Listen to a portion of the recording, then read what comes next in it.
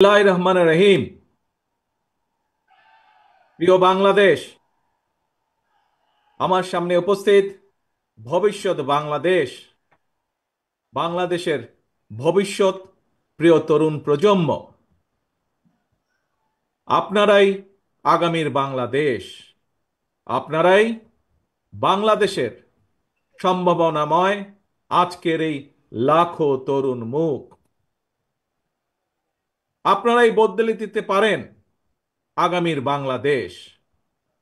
এই তারুণ্যই ফ্যাসিবাদ মুক্ত বাংলাদেশে প্রতিষ্ঠা করবে নিজেদের অধিকার। প্রবীণের প্রজ্ঞা, পরামর্শ আর তারুণ্যের শক্তিতেই ইনশাল্লাহ নির্মিত হবে ৭১ থেকে ২৪ পর্যন্ত লাখো শহীদের আকাঙ্ক্ষার সেই প্রত্যাশিত বাংলাদেশ। আজকের এই তারুণ্যের সমাবেশের সভাপতি জনাব আব্দুল মোনায়েন মুন্না, উপস্থিত বাংলাদেশ জাতীয়তাবাদী দলের স্থায়ী কমিটির সম্মানিত সদস্যবৃন্দ, বিএনপির কেন্দ্রীয় এবং অঙ্গ সহযোগী সংগঠনের নেতৃবৃন্দ, এই সমাবেশে উপস্থিত বিভিন্ন শ্রেণী পেশা বিশিষ্টজন, বিশিষ্ট ব্যক্তিবর্গ, সমাবেশে অংশগ্রহণকারী লাখো লাখো মানুষ, আপনারা আমার সালাম গ্রহণ করুন। আসসালাম আলাইকুম। প্রিয় ভাই বোনেরা, নারী কিংবা পুরুষ, তরুণ জনগোষ্ঠী দেশের উন্নয়ন এবং অর্থনীতির প্রাণ শক্তি।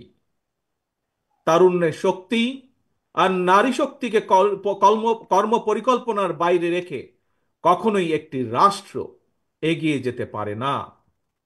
এবং তাই তরুণ জনগোষ্ঠীকে প্রাধান্য দিয়ে তরুণ জনগোষ্ঠীর আশা আকাঙ্ক্ষাকে ধারণ করে বিএনপি আগামী দিনের সকল কর্ম পরিকল্পনা গ্রহণ করছে, কাজ করছে, প্রস্তুতি নিচ্ছে। দেশের তরুণ জনগোষ্ঠীর কাছে বিএনপির কর্ম পরিকল্পনা তুলে ধরার লক্ষ্যে আপনারা দেখেছেন গত ১ মাসে সারা দেশের বিভাগীয় শহরগুলোতে তারুণ্যের সমাবেশ অনুষ্ঠিত হয়েছে। একই সাথে যেদিন সমাবেশ অনুষ্ঠিত হয়েছে তার আগের দিন ভিন্ন মত এবং ভিন্ন শ্রেণী পেশার তারুণ্যের প্রতিনিধিদের নিয়ে অনুষ্ঠিত হয়েছে সেমিনার। তারা তাদের মতামত তুলে ধরেছেন কিভাবে এই দেশকে আমরা সামনে এগিয়ে নিয়ে যেতে পারি। আজ তারই অংশ হিসাবে ঢাকা বিভাগের তারুণ্যের সমাবেশ অনুষ্ঠিত হচ্ছে। উপস্থিত সমাবেশ গ্লোবালাইজেশনের এই সময় মানুষের আকাঙ্ক্ষা এখন আর স্বপ্ন দেখার মধ্যে সীমাবদ্ধ নয়। এখন সকলের সামনে সম্ভাবনার সকল দ্বার উন্মুক্ত। এই সম্ভাবনার বাস্তবায়ন ঘটিয়ে বাংলাদেশকে সমৃদ্ধি এবং সাফল্যের দিকে এগিয়ে নিয়ে যেতেই হবে আমাদেরকে। আর কথামালার রাজনীতি নয়, বিএনপির আগামী দিনের রাজনীতি নিরাপদ কর্ম পরিবেশ এবং নতুন কর্মসংস্থান সৃষ্টির রাজনীতি। আর কথামালার রাজনীতি নয়, এখন বাস্তবায়ন আর দৃষ্টান্ত স্থাপনের রাজনীতি। তরুণ প্রজন্মের প্রিয় ভাই বোনেরা, সুজলা সুফলা আমাদের এই প্রিয় মাতৃভূমি বাংলাদেশ অত্যন্ত জনবহুল। তবে আমরা যদি ডেমোগ্রাফিক ডিভিডেন্ড বিবেচনায় নেই, তাহলে আমরা দেখতে পাব দেশের এই বহুল জনসংখ্যাকে যদি জনসম্পদে রূপান্তর করতে পারি, তাহলে এই জনসংখ্যাই হতে পারে দেশের উন্নয়নের সবচেয়ে বড় নিয়ামক। এবং তাই দেশের কর্মক্ষম জনসংখ্যাকে জনসম্পদে রূপান্তর করতে আমরা অগ্রাধিকার নির্ধারণ করেছি কয়েকটি। জনগণের জীবন মানের উন্নয়ন, নারী পুরুষ সবার জন্য নৈতিক মূল্যবোধ কর্মসূচি, কর্মমুখী শিক্ষা ব্যবস্থা, গ্রামীণ উন্নয়নে তথ্য প্রযুক্তির সর্বোচ্চ ব্যবহার, ক্ষুদ্র ও কুটির শিল্পের বিকাশ, দক্ষতা বাড়াতে ব্যাপক প্রশিক্ষণ কর্মসূচি চালু, কর্মসংস্থানের সুযোগ সৃষ্টি এবং জনশক্তি রফতানি, এমন কয়েকটি বিষয় অগ্রাধিকার তালিকায় রেখেই একটি জ্ঞান ভিত্তিক উন্নত এবং নিরাপদ মানবিক বাংলাদেশ গঠনের লক্ষ্যে বিএনপি স্বল্প এবং দীর্ঘ মেয়াদী পরিকল্পনা নিয়েছে, যার উপরে আমরা কাজ করছি। প্রিয় ভাই বোনেরা, বাংলাদেশে প্রায় 4 কোটির মতন পরিবার রয়েছে। এই পরিবারগুলোর মধ্য থেকে প্রথম পর্যায়ে কম বেশি 50 লক্ষ গ্রামীণ দরিদ্র পরিবারের জন্য আমরা ফ্যামিলি কার্ড চালুর পরিকল্পনা করছি। মা কিংবা স্ত্রী অর্থাৎ পরিবারের নারী প্রধানের নামে ফ্যামিলি কার্ডটিকে ইস্যু করা হবে। প্রান্তিক এই পরিবারগুলোকে প্রতি মাসে রাষ্ট্রীয়ভাবে আর্থিক কিংবা প্রয়োজনীয় খাদ্য সহায়তা প্রদানের আওতায় আনা হবে। আমরা আশা করি সময়ের সাথে এর মাধ্যমে পরিবার এবং সমাজে একদিকে নারীর অর্থনৈতিক ক্ষমতায়ন ঘটবে, অপরদিকে পরিবারগুলোর সামনে ধীরে ধীরে স্বাবলম্বী হয়ে ওঠার সুযোগ তৈরি হবে। প্রিয় ভাই বোনেরা, কৃষকদের জন্য ফার্মার্স কার্ড চালু করার আমাদের অন্যতম প্রধান অগ্রাধিকার। একটি নীতিমালার আওতায় কৃষকদের নামে ইস্যু করতে হবে ফার্মার্স কার্ড। এই ফার্মার্স কার্ডে জমির পরিমাণ, দাগ নম্বর সহ প্রয়োজনীয় সব তথ্য থাকবে। কৃষক এবং কৃষি নির্ভর বাংলাদেশে কৃষি খাতে বর্তমানে শ্রমশক্তির পরিমাণ কম বেশি প্রায় 3.5 কোটির মতন। এদের মধ্যে যেমন বর্গাদার চাষি কিংবা ভূমিহীন কৃষক রয়েছেন, তেমনি অনেক কৃষকের নামে নির্দিষ্ট পরিমাণ কিছু জমিও রয়েছে। যেসব বর্গা চাষি কিংবা কৃষক তাদের নামে থাকা জমিতে বছরে একাধিক ফসল ফলাতে গিয়ে আর্থিক সংকটে পড়েন, এমন কৃষকদেরকে কমপক্ষে একটি ফলনের সম্পূর্ণ খরচ রাষ্ট্রীয়ভাবে দেওয়ার পরিকল্পনা আমরা করছি। উৎপাদনের জন্য ফার্মার্স কার্ডের মাধ্যমে এভাবেই সরকারি সহায়তা পেলে উৎপাদন যেমন একদিকে বাড়বে, তেমনি কোনো কৃষি জমি অনাবাদি থাকবে না এবং একই সাথে ভূমিহীন কৃষকদের জন্য কর্মসংস্থান সৃষ্টি হবে। প্রিয় সমাবেশ, ব্যক্তি, পরিবার এবং দেশের উন্নয়নের জন্য অবশ্যই বেকারত্ব একটি বড় সমস্যা। জনগণের রায় বিএনপি রাষ্ট্র পরিচালনার দায়িত্ব পেলে সরকার গঠন করার প্রথম দিন থেকেই বিভিন্ন সেক্টর ভিত্তিক কর্মসংস্থান সৃষ্টির পরিকল্পনা বাস্তবায়ন হবে। বিএনপির প্রথম এবং প্রধান অগ্রাধিকার হবে এটি। এই জন্য দেশে বিদেশে কর্মসংস্থান সৃষ্টির খাতগুলোকে চিহ্নিত করার কাজ এরই ভেতরে আমরা হাতে নিয়েছি। প্রিয় ভাই বোনেরা, বর্তমান বিশ্ব তথ্য প্রযুক্তির বিশ্ব। এই সময় বিশ্ব বাজারের সঙ্গে দক্ষতা এবং যোগ্যতার প্রতিযোগিতায় টিকে থাকতে হলে অবশ্যই তথ্য প্রযুক্তি এবং কারিগরি শিক্ষায় দক্ষতা অর্জনের কোনোই বিকল্প নেই এবং সে কারণে আমরা একটি নির্দিষ্ট বয়স থেকে তরুণ প্রজন্মকে নৈতিক এবং কর্মমুখী শিক্ষায় প্রশিক্ষিত করে গড়ে তুলতে চাই। বিদ্যমান যে একাডেমিক সিলেবাস, এর পাশাপাশি স্কুল কলেজ পর্যায় থেকে আমরা আইসিটি এবং কারিগরি শিক্ষা প্রবর্তন করতে চাই। একই সাথে আমরা বর্তমানে মনে করি যে বর্তমানে স্পোর্টস এখন আর শুধু শারীরিক ব্যায়াম কিংবা বিনোদনের বিষয় নয়। সুতরাং এই স্পোর্টসকে একটি পেশা হিসাবে প্রতিষ্ঠিত করার লক্ষ্যে ক্রীড়াকে আমরা শিক্ষা ক্যারিকুলামের অন্তর্ভুক্ত করতে চাই। প্রিয় উপস্থিতি, বর্তমান বিশ্বে সাফল্যের প্রতিযোগিতায় যদি টিকে থাকতে হয় তাহলে বহুমুখী প্রতিভার বিকাশ ঘটাতে হবে। শিক্ষার্থীদেরকে একদিকে ভাষা শেখা যেরকম জরুরি, বর্তমানে আমরা স্কুল কলেজে সাধারণত বাংলা ইংরেজি শেখার সুযোগ পাই। তবে এর পাশাপাশি আমরা যদি আরও কিছু ভাষা যেমন আরবি, ম্যান্ডারিন, জার্মান, ফ্রেঞ্চ সহ এই ধরনের বহুল প্রচলিত একটি তৃতীয় ভাষা এবং যদি সম্ভব হয় তাহলে চতুর্থ ভাষা হিসেবে আরেকটি ভাষা শিখাতে পারি, তাহলে আমি ব্যক্তিগতভাবে বিশ্বাস করি বাংলাদেশের ভবিষ্যৎ সন্তানদের জন্য বিশ্ব বাজার উন্মুক্ত হয়ে পড়বে।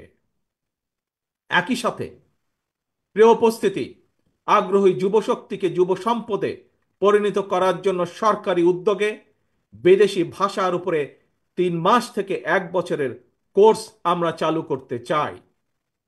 দেশে যাতে বহু ভাষা শেখা যায় এই জন্য আমরা বহু ভাষা শিক্ষক নিয়োগ করতে চাই, যার মাধ্যমে আমরা বেকার সমস্যারও অথবা কর্মসংস্থানেরও ব্যবস্থা করতে পারব।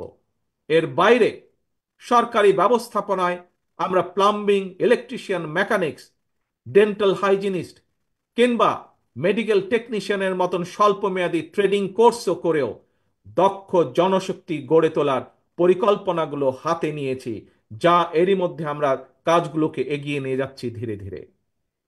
তরুণ প্রজন্মের প্রিয় ভাই বোনেরা, আপনারা সবাই বিশ্বব্যাপী অনলাইন কেনাকাটা সম্পর্কে জানেন। অনলাইন ভিত্তিক জায়ান্ট প্রতিষ্ঠান আমাজন, ইবে কিংবা আলিবাবার মতন বিশ্ববিখ্যাত ই কমার্স প্ল্যাটফর্মের জন্য হাজারো পণ্যের চাহিদা রয়েছে। এইসব প্ল্যাটফর্মের সঙ্গে সংশ্লিষ্ট অনেকের সঙ্গে আমি ব্যক্তিগতভাবে কথা বলেছি।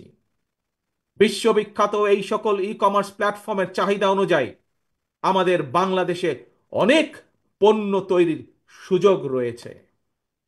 আমাজনের মতন বৈশ্বিক অনলাইন প্ল্যাটফর্মকে সামনে রেখে আমরা আমাদের দেশে ক্ষুদ্র এবং মাঝারি শিল্পের উৎপাদন বাড়ানোর সুযোগ গ্রহণ করতে পারি, সুযোগ আমরা তৈরি করতে পারি, সুযোগ আমরা নিতে পারি। বিশ্ববিখ্যাত ই কমার্স প্রতিষ্ঠানের চাহিদা মিটিয়ে কিভাবে বিশ্ববাজারে প্রবেশ করা যায় এর জন্য এরই মধ্যে যারা এক্সপার্ট আছেন তাদের সাথে আমরা আমাদের টিম নিয়ে কাজ শুরু করেছি এরই ভিতরে।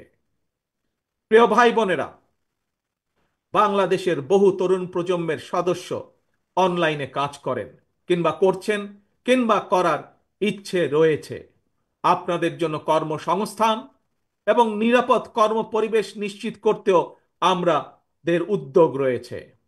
আমি জানি শিক্ষিত তরুণ প্রজন্মের সামনে বর্তমানে ফ্রিল্যান্সিং একটি অত্যন্ত আকর্ষণীয় সেক্টর। দেশে এই মুহূর্তে প্রায় 10 লক্ষের মতন ফ্রিল্যান্সার আউটসোর্সিং এর মাধ্যমে $100 কোটি বেশি আয় করতে সক্ষম হচ্ছেন। আউটসোর্সিং এর সঙ্গে যুক্ত বেশ কিছু মানুষের সঙ্গে আমি কথা বলেছি। তারা জানিয়েছেন লেনদেনের জন্য বাংলাদেশে পেপাল, ওয়াইজ বা স্ট্রাইপের মতন আন্তর্জাতিক গেটওয়ে প্রতিষ্ঠান ব্যবহারের সুযোগ না থাকায় তাদের অর্জিত যে অর্থ সেটি দেশে আনা কষ্টকর হয়ে পড়ে।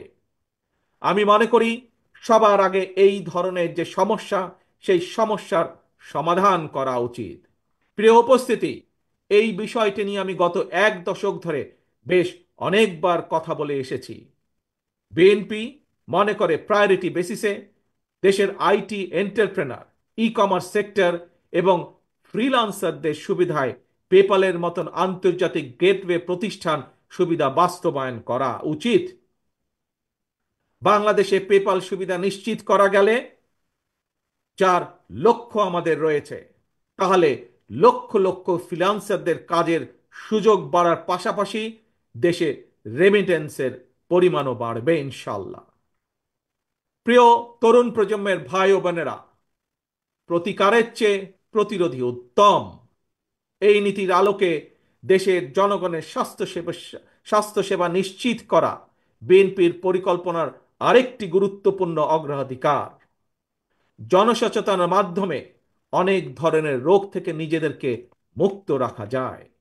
নাগরিকদের স্বাস্থ্যসেবা নিশ্চিত করতে বিএনপি 1 থেকে 3 বছরের স্বল্প মেয়াদী এবং দীর্ঘমেয়াদী পরিকল্পনা হাতে নিয়েছে। এর একটি অংশ হিসাবে প্রতিটি গ্রামে আমরা হেলথ কেয়ার ওয়ার্কার নিয়োগ দেওয়ার পরিকল্পনা নিয়েছি। এই হেলথ কেয়ার ওয়ার্কারদের 80% হবেন নারী। অর্থাৎ সারা বাংলাদেশে যদি আমরা 1 লক্ষ হেলথ কেয়ার নিয়োগ করি তাহলে তার মধ্যে ৮০ থেকে ৮৫ হাজার নিয়োগ পাবেন এদেশের নারীরা, যার মাধ্যমে আমরা একটি বিশাল অংশের কর্মসংস্থানের ব্যবস্থা করতে পারব। শুধু তাই নয়, এর পাশাপাশি জনগণের দোরগোড়ায় যাতে স্বাস্থ্যসেবা পৌঁছে দেওয়া যায়, জনগণকে যাতে দ্রুত স্বাস্থ্য সেবা দেওয়া যায়, সেই জন্য সরকারি এবং প্রাইভেট যেই সেক্টর আছে, কিভাবে দুটিকে একত্রিত করে আমরা স্বাস্থ্য সেবা গড়ে তুলতে পারি, সেটির বিষয়ে আমরা বিশেষজ্ঞদের সাথে পরামর্শ করছি, আমরা সেটির বিষয়ে কাজ করছি। প্রিয় ভাই বোনেরা, স্বাস্থ্য, পরিবেশ এবং জলবায়ুর পরিবর্তন, এই তিনটির একটি অপরটির উপর প্রভাব রয়েছে। সুতরাং খাল খনন এবং বৃক্ষরোপণের বিষয়টিও বিএনপির অগ্রাধিকার তালিকায় রয়েছে। সারা দেশে পরিকল্পিত উপায়ে বৃক্ষরোপণ করা গেলে জলবায়ুর নেতিবাচক প্রভাব থেকে মোকাবেলা করা সহজ হবে। প্রায় আমরা পত্রিকার পাতায় দেখি যে বাংলাদেশের, বিশেষ করে ঢাকা শহরের যে বাতাস, সেটি বিশ্বের মধ্যে সবচাইতে যে খারাপ শহরগুলো তার একটি দুটির মধ্যেই উঠানামা করছে। এবং শুধু তাই নয়, বৃক্ষরোপণ সহ আরো কিছু ক্লাইমেট পলিসি নির্ধারণের জন্য আমরা এরই ভিতরে কাজ শুরু করেছি বিশেষজ্ঞদেরকে সাথে নিয়ে। আমাদের লক্ষ্য থাকবে একটি নির্বাচিত সরকারের মেয়াদ যখন 5 বছর, 5 বছরের পরে 5 বছরের ভেতরে 25 থেকে প্রায় 30 কোটি বৃক্ষ রোপণ করা, এবং একই সাথে লক্ষ্য থাকবে সামগ্রিকভাবে দেশের যে তাপমাত্রা সেটি 2 থেকে চেষ্টা করা 3 ডিগ্রি পর্যন্ত কমিয়ে নিয়ে আসা। প্রিয় ভাই বোনেরা, গণতন্ত্র পুনঃপ্রবর্তন করে স্বাধীনতার ঘোষক রাষ্ট্রপতি জিয়াউর রহমান এই দেশে উন্নয়ন উৎপাদনের রাজনীতি চালু করেছিলেন। Mother of democracy Begum Khaleda Zia দেশে নারী শিক্ষার প্রসার ঘটিয়েছিলেন। দেশ এবং জনগণের উন্নয়নে বিশেষ করে তরুণ জনগোষ্ঠীকে প্রাধান্য দিয়ে সেজন্য বিএনপিও আগামী দিনের পরিকল্পনা গ্রহণ করছে। তরুণ প্রজন্মের প্রিয় ভাই বোনেরা, জনগণই বিএনপির সকল রাজনৈতিক ক্ষমতার উৎস। তাই আমরা সরকারে না থাকলেও একটি দায়িত্বশীল গণতান্ত্রিক রাজনৈতিক দল হিসাবে তরুণ প্রজন্মের সামনে দেশ এবং জনগণের উন্নয়নে বিএনপির নেওয়া যে বিস্তারিত কর্ম পরিকল্পনা, তার কয়েকটি অগ্রাধিকার কর্মসূচি আজ সংক্ষেপে আপনাদের সামনে আমি তুলে ধরলাম।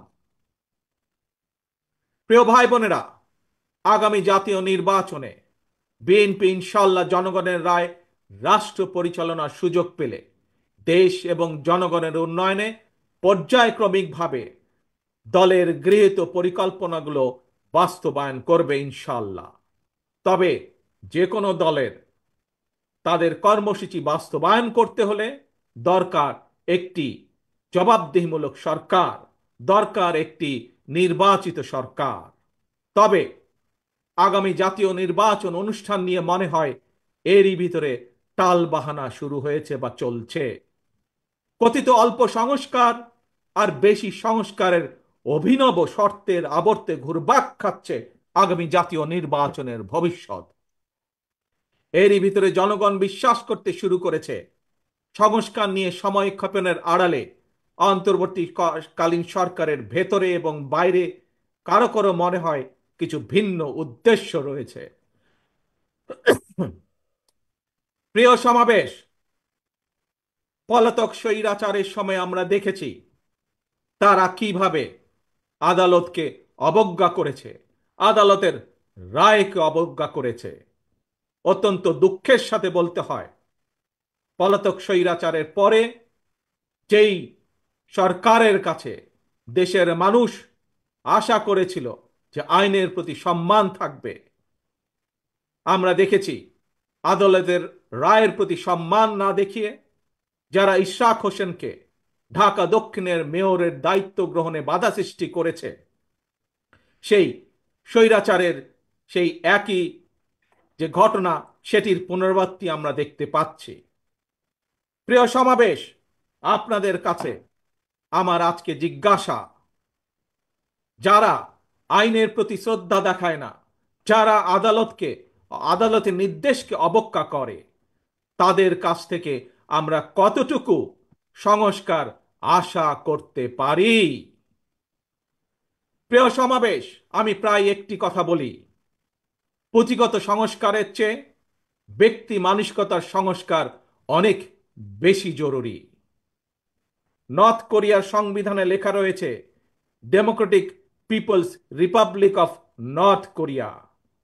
সুতরাং কি লেখা আছে তার চেয়েও বেশি যেটি জরুরি তা হলো মেনে চলা। ইশরাকের ক্ষমতা গ্রহণ বা ইশরাকের শপথ গ্রহণে বাধা সৃষ্টি করে আজ আমরা আবারও স্বৈরাচারী মানসিকতার বহিঃপ্রকাশ দেখতে পাচ্ছি। প্রিয় তরুণ প্রজন্মের ভাই বোনেরা, নিরপেক্ষতা এবং বিশ্বাসযোগ্যতাই কিন্তু অন্তর্বর্তীকালীন সরকারের প্রধান পুঁজি। তাই তাদের প্রতি আমাদের আহ্বান থাকবে, তাদের প্রতি আমাদের পরামর্শ থাকবে। জনগণের বিশ্বাস, ভালোবাসা নষ্ট হয় অন্তর্বর্তীকালীন সরকারের এমন কোনো পদক্ষেপ নেওয়া ঠিক হবে না। একই সাথে অন্তর্বর্তীকালীন সরকারের প্রতি আবারও আহ্বান জানিয়ে বলতে চাই, গণতান্ত্রিক আমি জনগণ এবং গণতন্ত্রের পক্ষের রাজনৈতিক দলগুলোকে দয়া করে প্রতিপক্ষ বানাবেন না। যদি আপনাদের কেউ রাষ্ট্র পরিচালনায় থাকতে চায় তাহলে সরকার থেকে পদত্যাগ করে জনগণের কাতারে আসুন, নির্বাচন করুন। যদি ভবিষ্যতে নির্বাচনে জনগণের রায় পান তাহলে আবার সরকারের দায়িত্ব গ্রহণ করুন। প্রিয় তরুণ প্রজন্মের ভাই বোনেরা, গত ১.৫ দশকে ভোটার তালিকায় প্রায় ৩.৫ কোটি ভোটার সংযুক্ত হয়েছেন, নতুন ভোটার সংযুক্ত হয়েছেন। এই নতুন ভোটাররা আজ পর্যন্ত একটি জাতীয় নির্বাচনেও ভোট দিয়ে তাদের নিজের পছন্দের প্রার্থীকে জনপ্রতিনিধি নির্বাচিত করার সুযোগ পায়নি।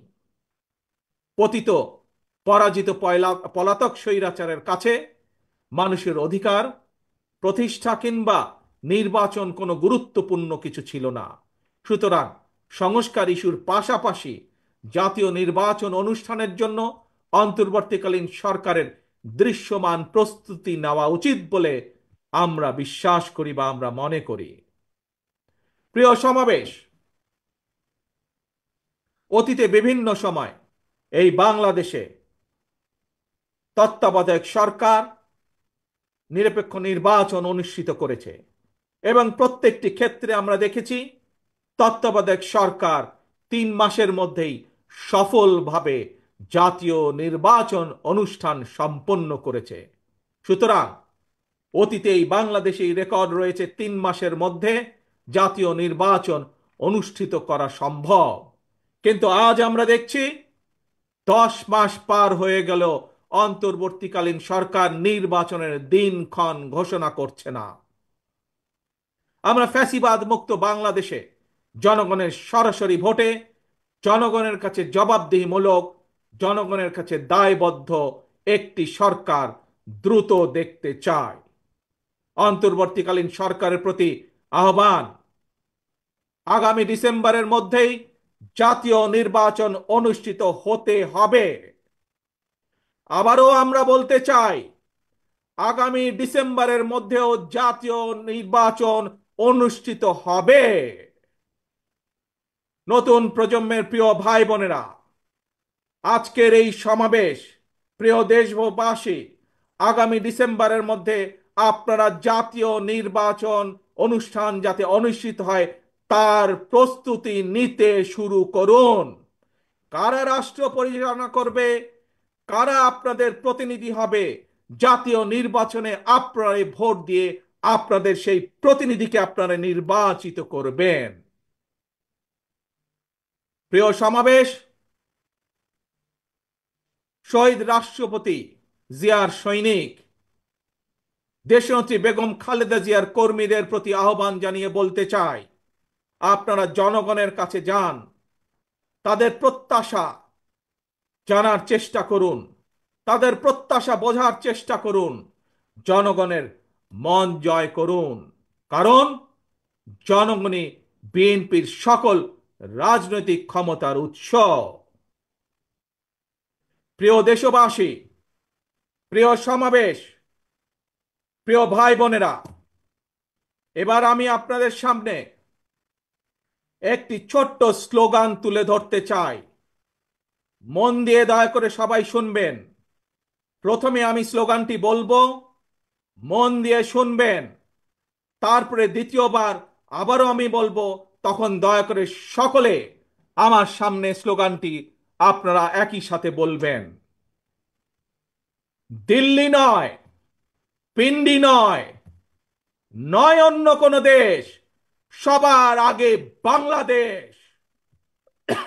প্রিয় সমাবেশ বলুন, প্রিয় দেশবাসী বলুন, দিল্লি নয়, পিন্ডি নয়, নয় অন্য কোনো দেশ, সবার আগে বাংলাদেশ। আল্লাহ হাফেজ। বাংলাদেশ জিন্দাবাদ। বাংলাদেশ জাতীয়তাবাদী দল জিন্দাবাদ।